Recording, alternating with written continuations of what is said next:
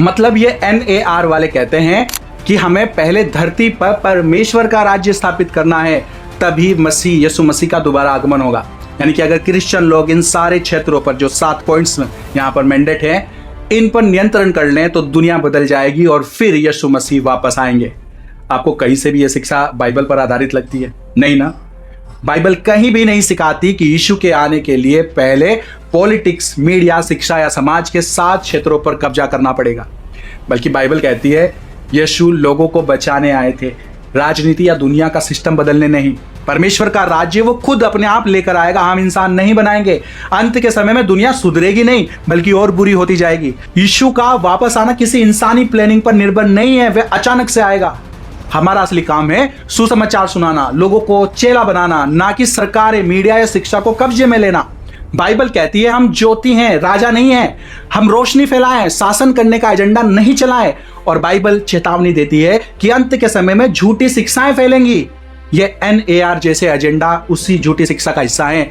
देखिए, जैसे आप क्रिश्चियन कल्ट्स से अपने आप को सावधान रखते हैं, उससे अपने आप को बचाते हैं, चाहे वो माता यरूशलेम हो, जीसस ओनली हो, यहोवा विटनेस, दुनिया भर के कल्ट्स हैं जिनसे आप अपने आप को प्रोटेक्ट करते हैं, अपनी कलीसिया को प्रोटेक्ट करते हैं। लेकिन आज सबसे बड़ा खतरा ये इस तरह के करिश्माई चर्च हैं।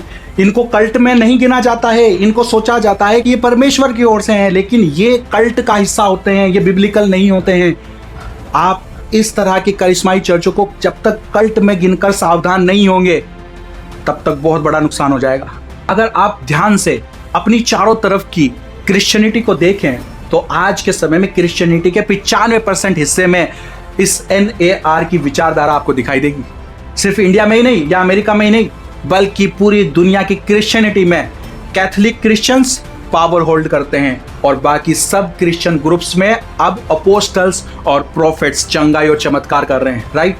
करिश्माई चर्च अब खूब फैल गए हैं 1990 के बाद से। क्रिश्चियन लोगों को खूब मोटिवेशनल आशीषों के प्रचार, चंगाई, चमत्कार के चक्रव्यूह में फंसाया जा रहा है। पर क्यों इस NAR के प्रिंसिपल हर करिश्माई चर्च में देखे जा रहे हैं, जहां खूब पैसा, लग्जरी, आशीष और चंगाई और चमक धमक पर खास फोकस किया जा रहा है।